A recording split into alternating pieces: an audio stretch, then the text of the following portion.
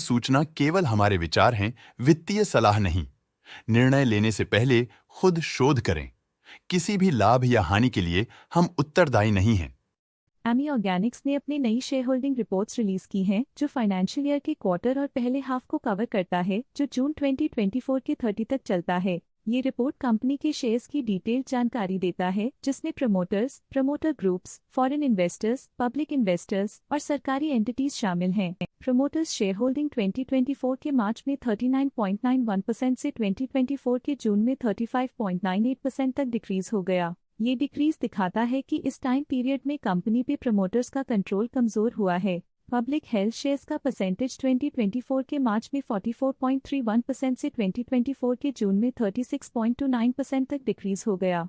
इस डिक्रीज से साफ है कि इस टाइम पीरियड में कंपनी में पब्लिक का हिस्सा डिक्रीज हुआ है। DII डोमेस्टिक इंस्टीट्यूशनल इन्वेस्टर्स ने अपना शेयर होल्डिंग मार्च 2024 में 6.81% से जून 2024 में 14.81% तक इंक्रीज किया। ये बताता है कि डोमेस्टिक इंस्टीट्यूशंस ने कंपनी में अपना इंटरेस्ट 8% तक इंक्रीज किया है। FII फॉरेन इंस्टीट्यूशनल इन्वेस्टर्स ने अपना शेयर होल्डिंग मार्च 2024 में 8.97% से जून 2024 में 12.92% तक इंक्रीज किया।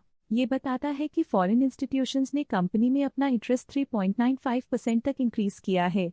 चलिए इन्वेस्टर्स के स्टैटिस्टिक्स पे नजर डालते हैं, जो शेयर होल्डिंग पैटर्न में फ्लक्चुएशंस का कारण बन सकते हैं। नरेश कुमार रामजी भाई पटेल इस क्वार्टर में स्टेक होल्डिंग में डाउनटर्न देखा। पिछले क्वार्टर के मुकाबले स्टेक होल्डिंग में -1.14% तक डिक्रीज हुआ है। शीतलाबेन एन पटेल इस क्वार्टर में स्टेक होल्डिंग में डाउनटर्न देखा। पिछले क्वार्टर के मुकाबले स्टेक होल्डिंग में -0.97% तक डिक्रीज हुआ है। वाघसिया चेतन कुमार छगनलाल इस क्वार्टर में स्टेक होल्डिंग में डाउनटर्न देखा। पिछले क्वार्टर के मुकाबले स्टेक होल्डिंग में -0.85% तक डिक्रीज हुआ है। वरुलबेन वाघसिया इस क्वार्टर में स्टेक होल्डिंग में डाउनटर्न देखा। पिछले क्वार्टर के मुकाबले स्टेक होल्डिंग में -0.78% तक डिक्रीज हुआ है। भानुबेन छगनभाई वाघसिया इस क्वार्टर में स्टेक होल्डिंग में डाउनटर्न देखा। पिछले क्वार्टर के मुकाबले स्टेक होल्डिंग में -0.09% तक डिक्रीज हुआ है। छगन रामजी भाई वाघसिया इस क्वार्टर में स्टेक होल्डिंग में डाउनटर्न देखा। पिछले क्वार्टर के मुकाबले स्टेक होल्डिंग में -0.09% तक डिक्रीज हुआ है। Directors and their relatives excluding independent directors and nominee directors की फाइनेंशियल परफॉर्मेंस में एक सिग्निफिकेंट डिफरेंस देखा गया है, जो -0.08% है।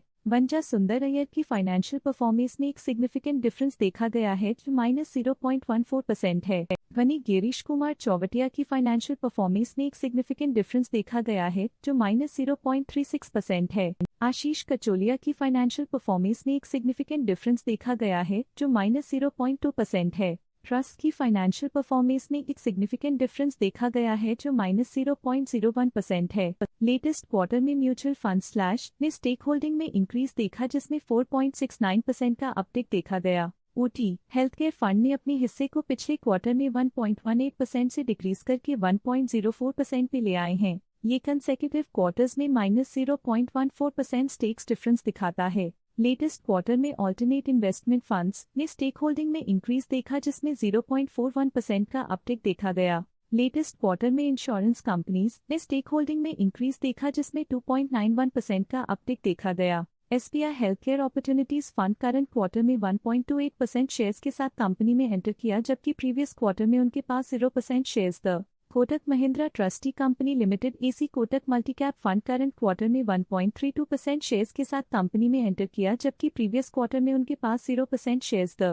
Bank of India small cap fund current quarter में 1.34% शेयर्स के साथ कंपनी में एंटर किया, जबकि प्रीवियस क्वार्टर में उनके पास 0% शेयर्स थे। Max life insurance company limited AC ULIF 01311/02/08 life higher 104 high growth fund current quarter में 2.44% शेयर्स के साथ कंपनी में एंटर किया, जबकि प्रीवियस क्वार्टर में उनके पास 0% शेयर्स थे। Tata mutual fund Tata is tax saver fund previous quarter में 1% शेयर्स ओन करते थे, लेकिन करंट क्वार्टर में उन्होंने कंपनी से एग्जिट ले लिया है। इस पिछले क्वार्टर में foreign portfolio investors category I की स्टेक होल्डिंग में एक नोटवर्दी इंक्रीज देखा गया। उनके स्टेक होल्डिंग में 3.89% का सिग्निफिकेंट इंक्रीज देखा गया। Stake holding Malabar India fund limited के लिए पिछले क्वार्टर के मुकाबले में -0.89% से डिक्रीज हो गई। Stake holding government pension fund global के लिए पिछले क्वार्टर के मुकाबले में -0.29% से डिक्रीज हो गई। इस पिछले क्वार्टर में फॉरेन पोर्टफोलियो इन्वेस्टर्स कैटेगरी 2 की स्टेक होल्डिंग में एक नोटवर्दी इंक्रीज देखा गया। उनकी स्टेक होल्डिंग में 0.06% का सिग्निफिकेंट इंक्रीज देखा गया। गवर्नमेंट ऑफ सिंगापुर के पास प्रीवियस क्वार्टर में जीरो अमाउंट ऑफ शेयर्स थे, लेकिन करंट क्वार्टर में 1.14% शेयर्स ओन करते हैं। अशोका वाइटोक इंडिया अपॉर्चुनिटीज फंड के पास प्रीवियस क्वार्टर में जीरो अमाउंट ऑफ शेयर्स थे, लेकिन करंट क्वार्टर में 1.47% शेयर्स ओन करते हैं। Morgan Stanley Asia Singapore private previous quarter में 1% शेयर्स ओन करते थे, लेकिन करंट क्वार्टर में उन्होंने कंपनी से एग्जिट ले लिया है। बट ये था कंपनी का करंट शेयर होल्डिंग पैटर्न। देखने के लिए धन्यवाद। स्टॉक लेटेस्ट न्यूज अपडेट के लिए चैनल को सब्सक्राइब करें और वीडियो को लाइक एंड शेयर करें।